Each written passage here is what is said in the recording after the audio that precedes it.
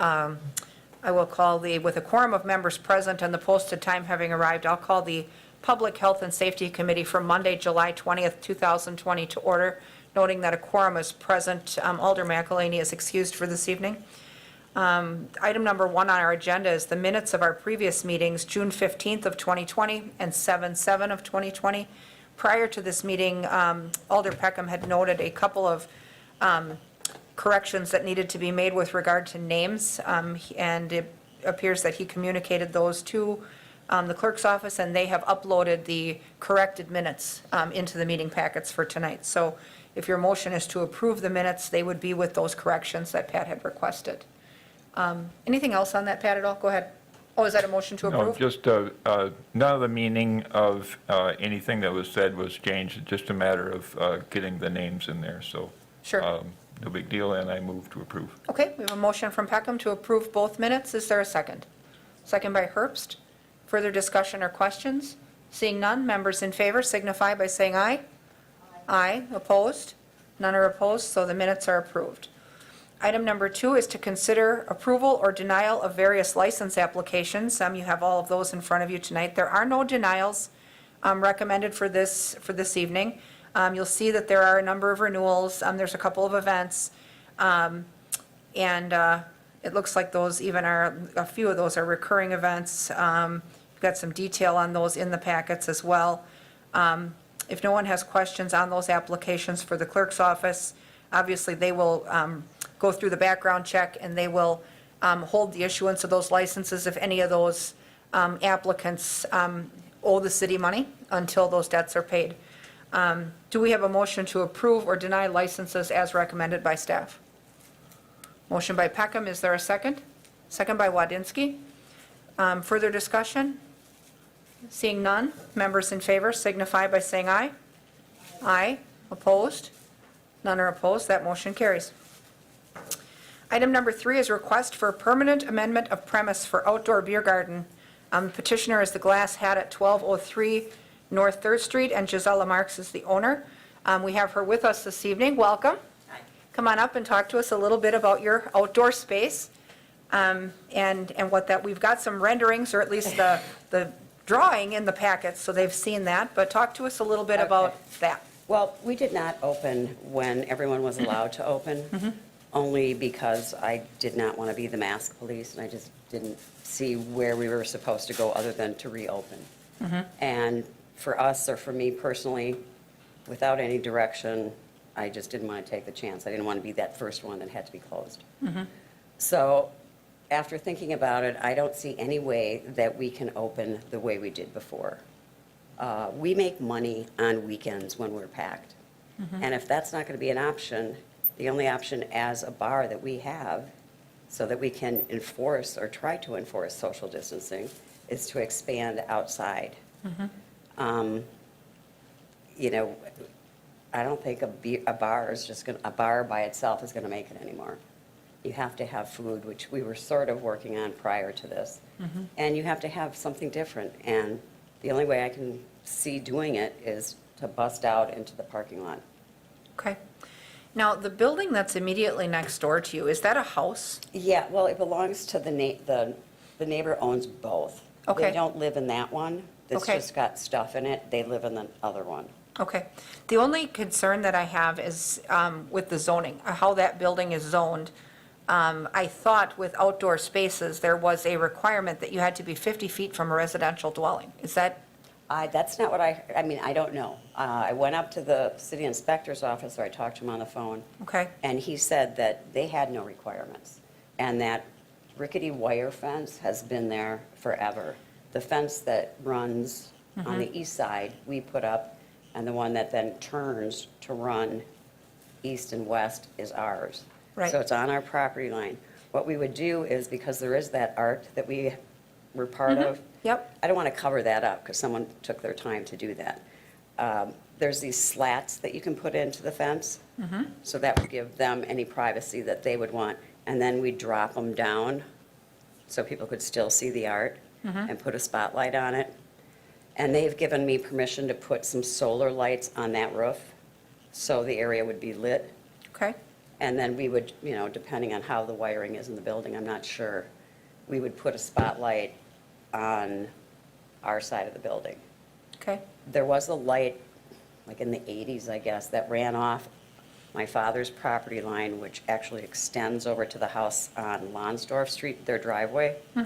But we sort of let them use that property because they're so nice. And I took that light off because I thought it was intrusive to the neighbors, because it's pretty bright. But we would, we would have lights on our building if the solar lights weren't strong enough. with regard to where the boundaries are here, now, what is the approximate height of that fence going to be? Well, I would like it to be 4 feet. My Okay. argument being, I want people to be able to see into that area. The higher I go up, the more privacy those people have, and I don't really think they need privacy. Right? Um, Yeah, So I wouldn't put any of the slats on the 3rd Street side or on the back parking lot side, so that, one, there's airflow. so just on the north side, basically? It would just be on the north side, dropping down where that art is. Okay. And so it looked like you were going to convert a window to a door so Yeah. people could make entry. Right. So is that the only entry and exit point, or would you have some type of emergency access where We would people ha- could get in and out of there? Yeah, we would have to, I believe we have to have, at least the plan was, and it still is, to have a gate that would go out Okay, toward the parking lot, not to 3rd Street. okay, So in order to get served, they would have to come in the front or back bar door, get their drink, walk out that way. There would not be any, I'd have to talk to the fire inspector, because I'm not sure how we do that gate, so it's a push only. yep, that's what needs to be. It has to be in Right. compliance with zoning and with the requirements for Yeah. entry and egress. And, Yeah. with the outdoor area, obviously you'd have to have control of it at all times, just like a sidewalk cafe. So you'd have to have licensed people out there to keep track of, what's all happening, just to make sure that people aren't passing stuff over or helping people get in that you haven't checked for Well, age right, and that's why whatnot. we do So, want to have, and, yeah, I'm sure everybody says this, but our clientele is pretty good about squealing on somebody else. Because, well, they are. I mean, we Yeah. try to keep it that way. Sure. So if someone's jimmying over the fence, I'm going to hear about it. well, you can probably see it, but. Well, and we're going to that's- have cameras. We're going to have security cameras out there. Okay. Were you looking at outdoor entertainment out there as well? I haven't. Or not? If we did that, I would, it would be a done at 10 kind of thing.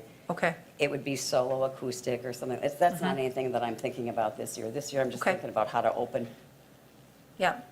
Well, and so often the concern in neighborhoods is usually the noise. And so if you had a reasonable end period, even for something that was non-amplified, that's, certainly Well, something and that, we've done similar things when we did the Art Lives Here thing, we had DJs. Yes. But, Yep. I went around and asked every neighbor, because they'd be in the parking lot, Mm-hmm. they started at 10 in the morning, and we got permission from everybody before we did it. I see in the packet that you've talked with your neighbors too, which is Yeah. huge. That's huge. And it seems that they are supportive, based on the letters that we got from them. Anything, I guess, concerns been from the police department side of things with an outdoor premise with fencing or whatnot? Come on up if, You want to see my? No, I've seen it in the packet here, so, you might just step over. Sure. I appreciate the fact that, that neighbors have been talked with. I mean, obviously with something like this, the biggest concern from the police perspective is always the noise. And so the immediate neighbors have been talked to, a lot of times the noise carries beyond that. So I don't know if, this is a request for a permanent change in permanent. premise, right? Yep, permanent. So There's no jukebox music going on. I guess, I don't know if there's an opportunity to authorize it on a temporary basis instead of permanent, so we, if there are issues, it's really difficult to amend the premises back from a city perspective. So that would be my only thought or concern, so that we can give it a trial run. Other than that, I don't have any issues. Right, because all of the other ones that we've approved are short-term, ending on 10/31. Tara, could you come up and advise us on the feasibility of a temporary amendment, if we could, under 125, if we could temporarily do that, or if it's a all-or-nothing proposition? Well, I think if Ms. Marks wants to apply right now for the temporary thing that Mary has been doing with the police chief, I think that would work, because I'm racking my brain. I wish Bill were here, because There's something Bill mentioned to me about, There is, and when we tried to open it up temporarily for the taverns, the criteria was 50 feet from a residence. well, And, Yeah, we don't want it. see, I have part of the regulations, but there's more to the regulations than this, and I didn't kind of anticipate this question, but it says customer entrances will be located a minimum of 50 feet from residentially zoned property. So I'm not sure how Bill is interpreting that entrance. I noticed in the packet,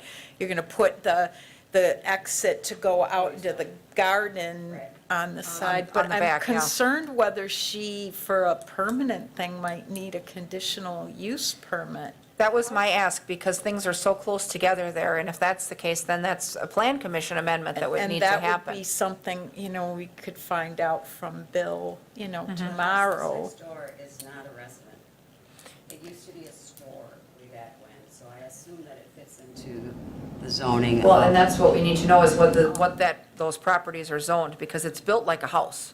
Yeah, when I was a you kid, know. it was a store. These are things that Bill would be able to answer off the top of his head. Right, and so I guess my reluctance as a committee is to approve it conditional upon a laundry list of things, if we could hold on it for a bit and see where we fall with the zoning, the access, the distance.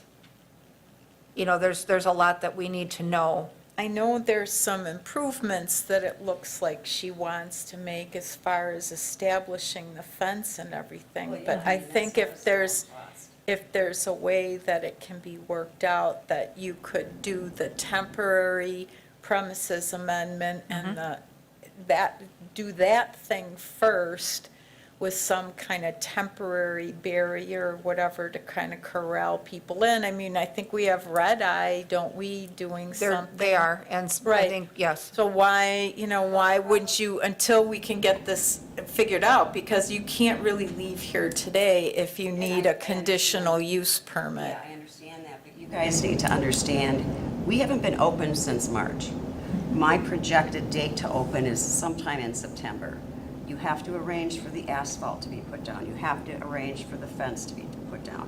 You have to pay the deposits, half deposits on all those things. You can't wait until September, because then I'm going into next year. Right, but we have to do it right also. And Yeah, so but I'm for just us to saying, you know, approve it, for- it's if a we were to temporary approve thing. it To in me, it's- violation of your zoning, and if we were to approve it in violation of,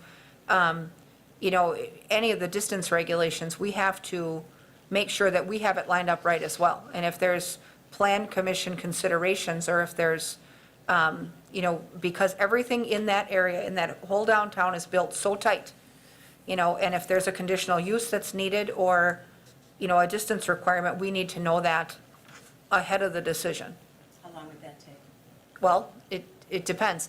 Now, the temporary premises amendment that we've been allowing for taverns that expires on Halloween is really easy to get. You apply, delineate where your premises is going to be, you have to have at least some temporary containment, and those are issued by the clerk's office without coming to another one of these meetings, and that would get you to Halloween. In the meantime, you could be working on the logistics of all these other things, permanent enclosures, paving if you need it paved. But I've already worked on all that, that's what I'm saying. A temporary one for me isn't gonna do what I needed to do. I mean, then I'm backing out Well, a everything. temporary one, if you had your fencing lined up properly and your, entrance and egress, a temporary one would get you going next week. Oh, there so would- I wouldn't have to take it down if suddenly someone says, no, you can't use it. Well, it's not a permanent amendment. It's something that you would be able to use from now until October 31st. On October 31st, when that sunsets, your premises footprint reverts back to its original, which was inside the bar. So you'd have outdoor privileges until 10/31, which is when the weather kind of turns anyway. That's what we've done for all bars, Yeah, just to get them going and let you guys spread people out. But if you want a permanent amendment to your premises that allows for this beer garden to exist in perpetuity, that is a different process where we have to consider all of these things, because this never goes away. And so that's where we need to make sure we have it laid out right and done right for you. A lot of places downtown have outdoor areas, but they take a little more planning and vetting than what we can do here without the zoning administrator present. Well, a lot of the ones downtown don't have any fencing. It depends on them, it depends on the premises and their circumstance. So, some of them, if they have very obvious landscaping, like if you go down to the riverfront and look at Wow, the way their landscaping is, you can obviously, and what it's about people being able to tell when they're in your place and when they've left your place. So if you have really defined lines, like very obvious landscaping, so people can tell when they're out where they shouldn't be, like on the trail, it's not difficult to discern where the lines are. But like in this situation, if you didn't have a really well-defined area, you could have people out in the alley, in the parking lot, on the sidewalk, and next door, and it would be, Have a very well-defined area. right. So, that's what we need to work out as far as, what requirements it needs to meet to be permanent. Well, you indicated you talked to the zoning department, but Inspections. who did you speak with? Whoever is in charge of inspections, what's his name? Bill Hebert? Bill. And I just called and asked him what the requirements are, and he said that they don't have any zoning requirements, that it's done on an individual basis. Because if you drive around town, I think if you were asking him about the zoning requirement for fence height, I was talking about everything. I told him Okay. exactly what I wanted to do. Well, because fence height, they normally won't dictate, but the distance that you have to be from other things, No, I understand. that's absolutely zoning. So, So if that property next door is zoned commercial mhm, and it's unoccupied, right? does that present It's a problem? probably fine then, but we need to know a little more than what we know today. Well, and those are also things, we have a brand-new zoning code. Bill Hebert's very familiar with it. He worked on putting it together. So he's going to know the answers to these things off the top of his head, but I am not, and the chair is not going to know that. But the temporary thing gets you working, gets you going, allows you to buy a little time so that we can find out, exactly what it was that Bill understood you were asking him about and, what Yeah, I he think that was approved. pretty clear. Well, and that's. He's not here, so I he understand. can't, Well, we and that can't also speak then- for him. I could potentially put out, let's see, $8,000 for a temporary and then have it. It depends on what you build and where, but that's certainly possible. I think the police chief is right in his recommendation that there has not been a trial of any of this. We don't know, what the impact will be. I got missed the trial. Well, he talked about maybe a temporary arrangement to see how it goes, to see, because obviously, how the outdoor area goes. If there's noise complaints, if there's beverage on the sidewalk issues, if there's, issues with control of the area, I mean, all of that is stuff that we consider here when we approve an open outdoor area. No, and I fully understand that. So- All I can say is we've done our best to be compliant since I was stuck there, Right? and we can do our best. And Nope, you've done a good job, there's no question about that, but we just need to make sure that on our end, that if we're gonna make something permanent, that we have it lined up right on the front end. Because like he said, that stuff is really expensive to take back in reverse. We've done it, and we'll do it, but if we can get it right on the front end, on the first pass, that's what we wanna do.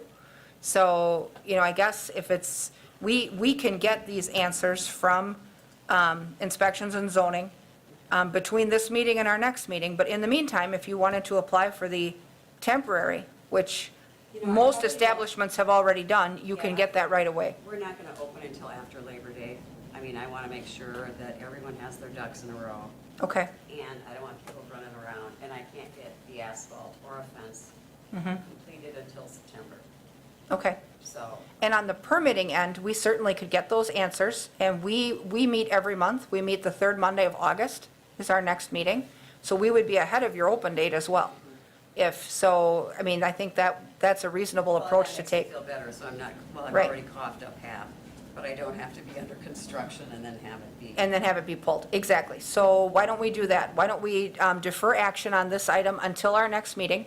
In the meantime, we can get you some answers on whether or not any of this impacts your zoning under the new zoning code, or if you need a conditional use, whichever. That process isn't difficult either, but we need to know if it's a yes or a no.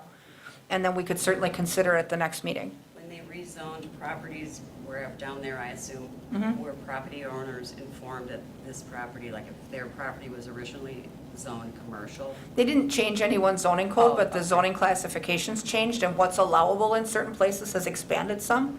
to be more friendly to users and to allow things to exist closer together in some cases. And so, whether that helps or hurts depends on the neighborhood and the project. But given that we just adopted that this spring, I would like to verify with him and just make sure we have it all good before we give you the green light to go out and spend a whole bunch of money. So, Like I said, our intent isn't to have that area packed with a bunch of people drinking. We want to have tables out there so people can sit down, get something to eat, and have a drink, sure. not be crazy people. No, out that totally makes sense, so. there, Well, and that's what we want to. I mean, we like that too. When it's low-key and it's well-controlled and, it's good with the neighbors, that's success for everybody then, so. Well, the neighbors all have my phone number, so. if- Right. Well, and it sounds like half of them are already in agreement, so it just shouldn't be an issue, but we just want to make sure that we have all the facts before we make something permanent. So why don't we hold off for this month then? So then I come back the next. Yep, and we'll carry this forward to the August agenda, and then in the meantime, the Assistant City Attorney works with Inspections and Zoning Administrator all the time. She could check with him and find out if there's anything that we've missed before we decide yes or no. So I come back the first month, It's the third Monday, the third Monday. third Monday of August. Okay. Yep, and same time, same place. And do you need anything from me in the interim? I think the info in the packets is pretty complete. Do you think we would need anything else, Tara, from her before? I don't think so, but certainly Bill can reach out to you. Right.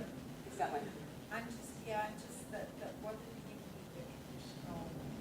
well, like I said, we're not gonna open until after Labor Day. I just wanna make sure everything's. Well, I'm gonna be out tomorrow, but I'll email Bill real quick tonight.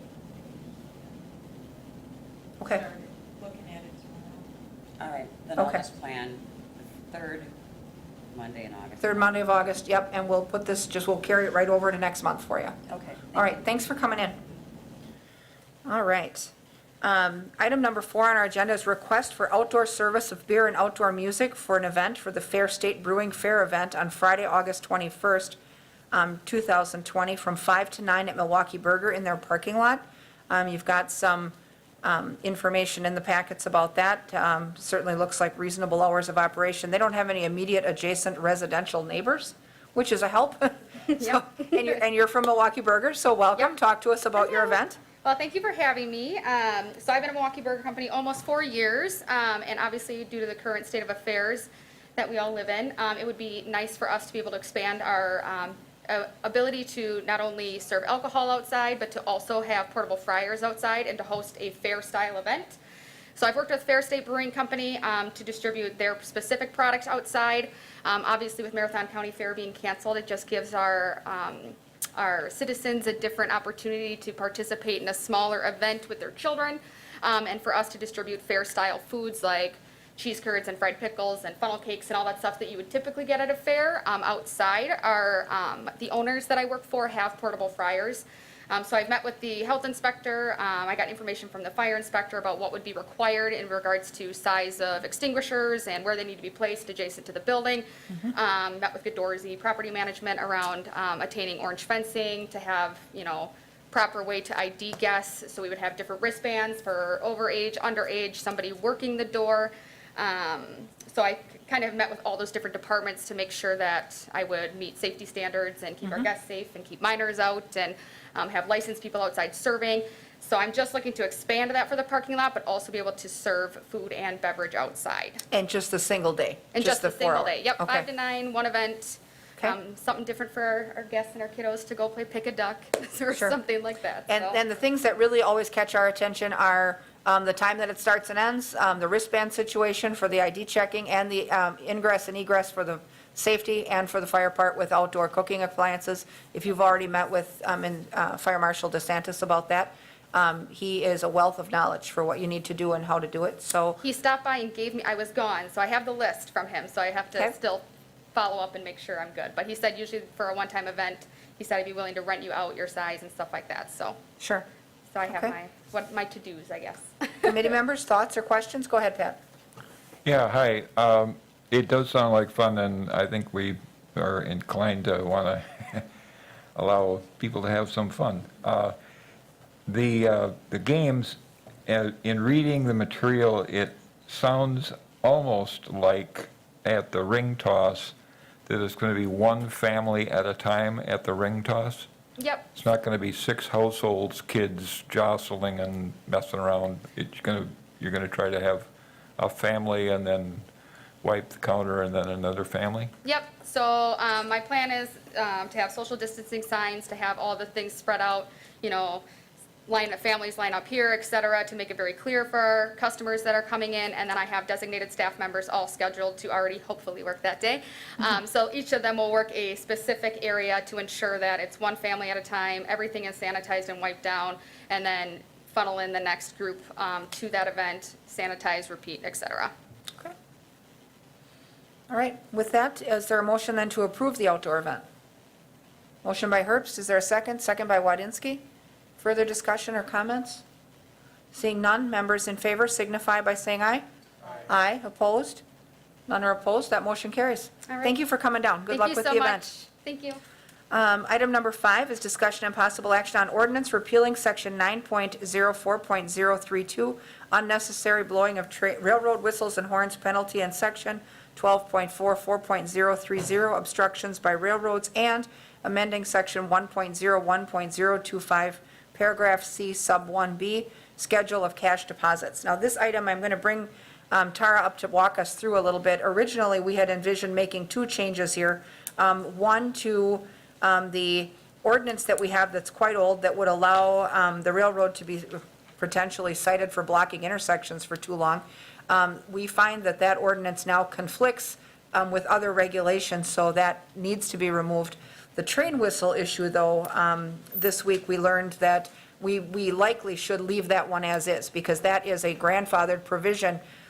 In a number of areas of Wausau, we have what's called quiet zones, where in exchange for an agreement with the railroad not to sound the train whistle at every intersection along the way in certain areas, we had to invest in payment for crossing arms to block the road, so you can't have a collision. Now, we've done that in a number of areas. I know that there's a couple of them that this committee considered eons ago, one on South First Ave, one on South Third Ave. So if those provisions would be impacted by a change today, we should leave those. So I'm going to have Tara walk us through that, and we may find that we're just going to work on the obstruction matter. Well, for the train horn thing, well, first of all, there have been a number of cases coming out at the circuit court level and now an appellate court case about preemption of federal law and federal regulations with respect to local municipalities regulating railroads. So that case especially concentrated on blocking railroad crossings, and then the general language would also apply to other regulations. So when I looked at our ordinances, I saw the train horn prohibition as well, and Lisa mentioned to me she thought, remembering that we had had some kind of ordeal with the railroads years ago about train whistles. So I thought we could repeal that, or had to repeal that, but then I went and discussed this with Ann, who actually was involved in this very long, drawn-out process about something called pre-rule quiet zones. So suffice it to say, it appears if you have an ordinance that predated the final train whistle rule, you could keep that ordinance. So I'm going to go back and take that provision out of the recommended ordinance, and we're just going to go with the obstruction thing. So just erase that out of your head, and we'll move forward with the train blocking. So you'd be asking us then to move to approve the portion of this that outlines the road obstructions, and Right. then you would amend it, so when it gets to council, it is just that? It's just that. Okay. And then I believe the penalty also needs to come out for 12.44030, because that's the penalty for obstructing the right. intersection. And just so you know, every once in a while, we get comments or concerns. This time it came up from a police officer who observed railroad train blocking an intersection and asked about citing the railroad for that. And it's come out fairly clear now with the appellate court decision in 2018 that we cannot regulate that. The case I cited for you, it was City of Wyowega versus Wisconsin Central Limited. The City of Wyowega had cited the railroad with a number of citations for blocking intersections, and they agreed, the city and the railroad, to take one citation all the way through. And whatever the court's decision was on that one, they would agree that that would apply to all of them. And the court stated that given the extensive regulations and the wording of the Federal Railroad Act, Federal Railroad Safety Act, that municipalities cannot keep trains from blocking the intersections. And as much as that makes people mad, and I think rightly so, We can't. We There's can't. obviously communities in the area that have it way worse than we do. I mean, there's communities that we've heard about as, you know, these things have played out on the news even, where communities are entirely cut off. The only means in and out of a community sometimes is across the tracks. And, you know, you'll hear people on TV that have said, well, they've missed church, they've missed school, been late for work, they've seen kids hop across in between cars when the thing is stopped to change tracks, and how dangerous is that? And all of those communities have not been able to do anything to help themselves either. So, you know, like I say, there's places that have it way worse than Wausau does.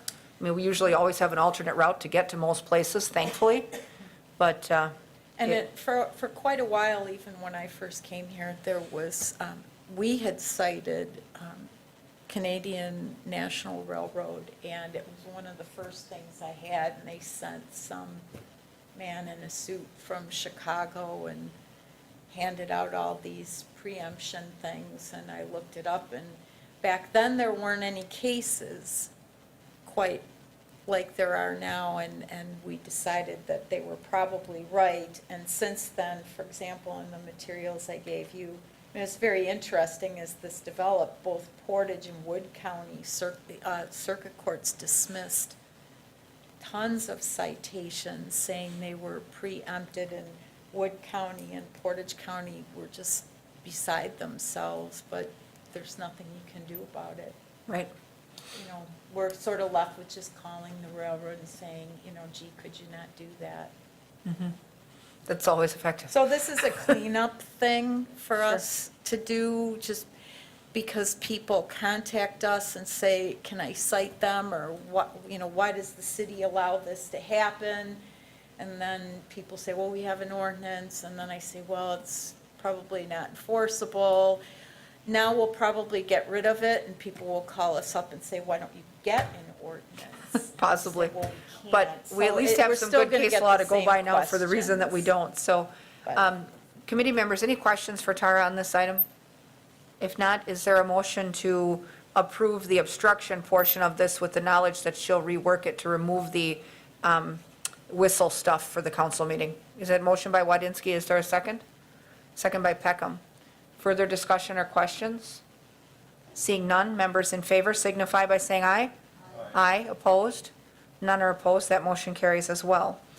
Item number 6 is the operations report from the fire department for June of 2020. We have Deputy Chief Bartek with us. Anything notable on the report that you'd like to talk about?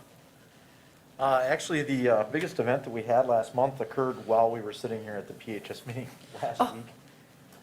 We had a transformer fire at Marathon Electric that the guys were able to get under control fairly quickly. Other than that, fairly normal month, back to normal numbers. As far as the EMS side, COVID-related stuff, nothing, we're still saying, you know, in those averages, we're not transporting nor picking up or getting called for enormous amounts of COVID-type patients. Dispatch is working with us very well and vetting things out. Things are going well in that regard. Good. So, any Good, questions for me on the report? All things well at Station 2? Station 2 is having its hiccups. The new alerting system, we're working through some Geek Squad stuff. Okay. I don't understand. The CAD needs to talk to something, another little box, and it's not talking exactly right, so we've got some people doing that. The new alerting system is probably the biggest hurdle that we're dealing with there. Okay. A few other little things, but it's operating well, and we're seeing a decreased response time immediately with that new positioning there onto the 52 Parkway, so. Excellent, yeah, excellent. It's in great shape. We had a lot of positive feedback on the station as well after the media covered it, and they had the little virtual tour that was up on Facebook, and Yeah. a lot of positive We can feedback on thank, it. Chief Bliven for loaning us their media guys. Did an outstanding job with that reeler-style tour of the building. It turned out fantastic. Yeah. so. It's just when we can't give a public tour, it's so nice to have a virtual one until we can give a public tour. Last So, time I looked at the numbers on that on social media, it had been viewed over 22,000 times. That's awesome. Yeah, so. Very exciting. Anybody have questions about the report? If not, we'll place the report on file. Okay? Thank you. Then item number 7 is Tavern activities, compliance checks, and law enforcement activities, and you've got that report in front of you. Anything notable on the report that you'd like to talk about, Chief? No? Committee members, any questions for the chief on the report? Looks like a pretty normal month. If not, we'll place his report on file as well. And the last item on our agenda is communications. I have none. Does anyone else have anything? Oh, Deb, come on up.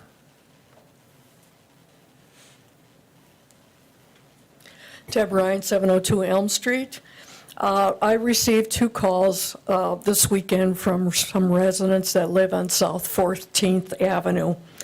And I was not aware, but I think this is important, especially for the mayor and for other departments, of what's going to be forthcoming.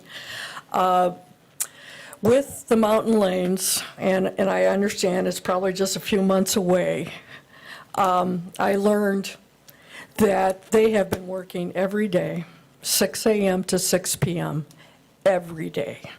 Every Saturday, every Sunday, every holiday.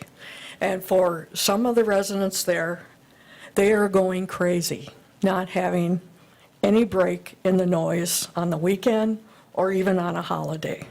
And I understand that may be the agreement with the workers he's brought in that aren't necessarily union from the Wausau area, that may require some reprieve on the weekend. But I am concerned about where's this going to go with Lockery when they start working on the plaza? And how can we kind of mitigate the noise? Can there be more blasting as a way to go ahead and get rid of the concrete and then let neighbors know about it? And maybe that could be resolved then in, say, under a week.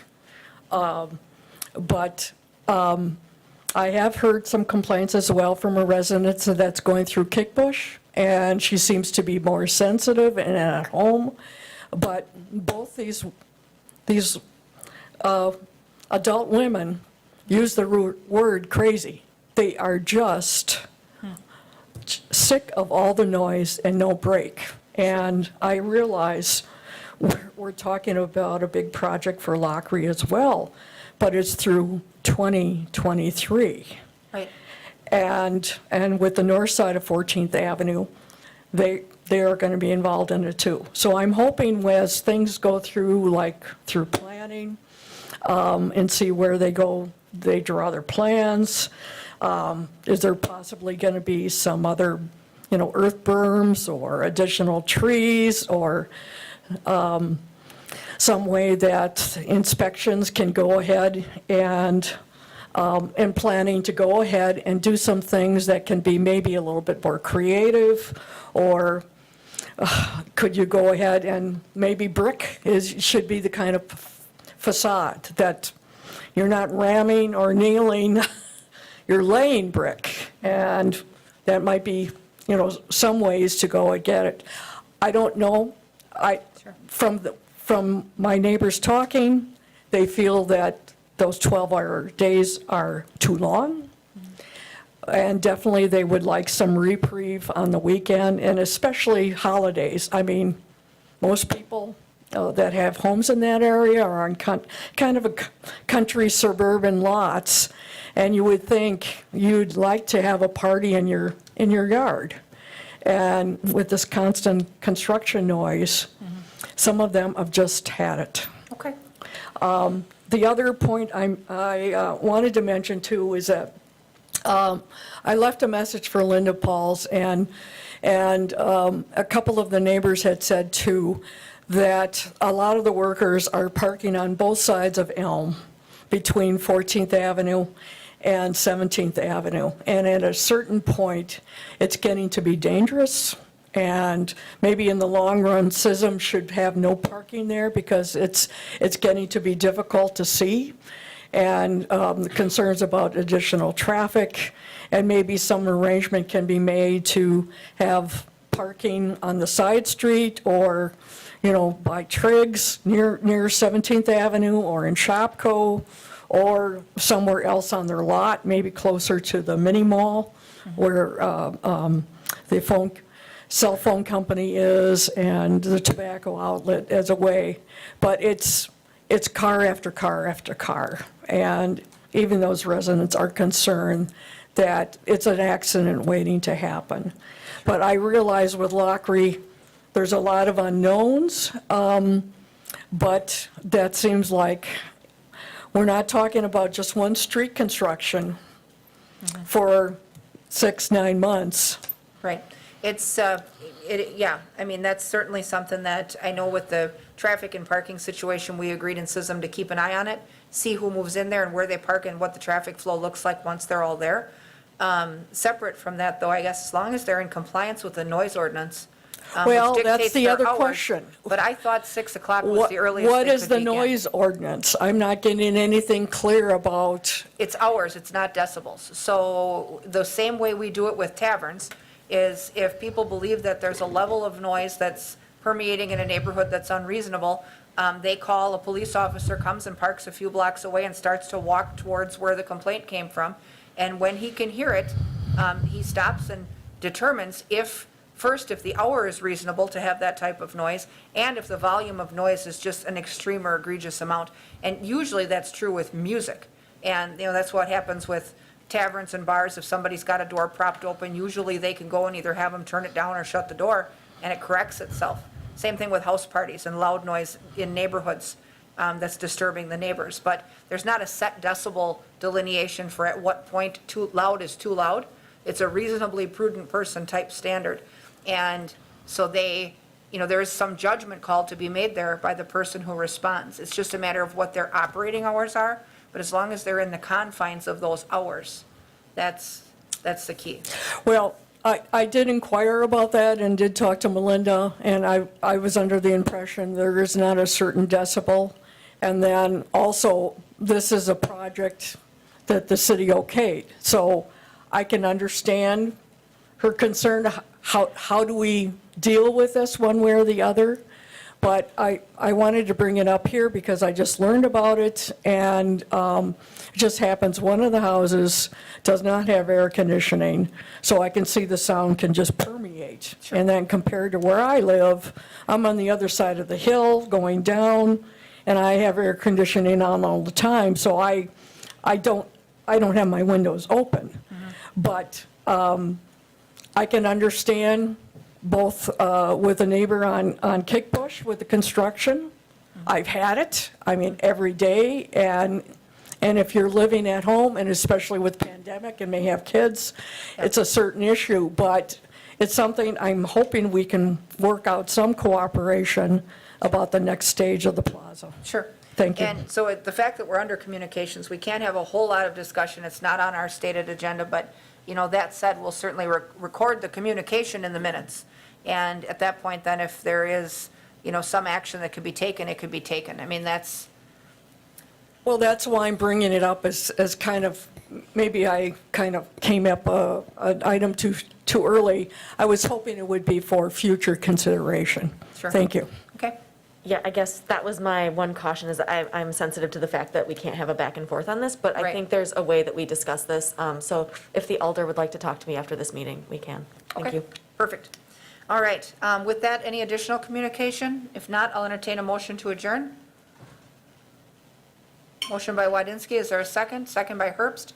Members in favor signify by saying aye. Aye, we'll stand adjourned, and thank you, everyone. And we still have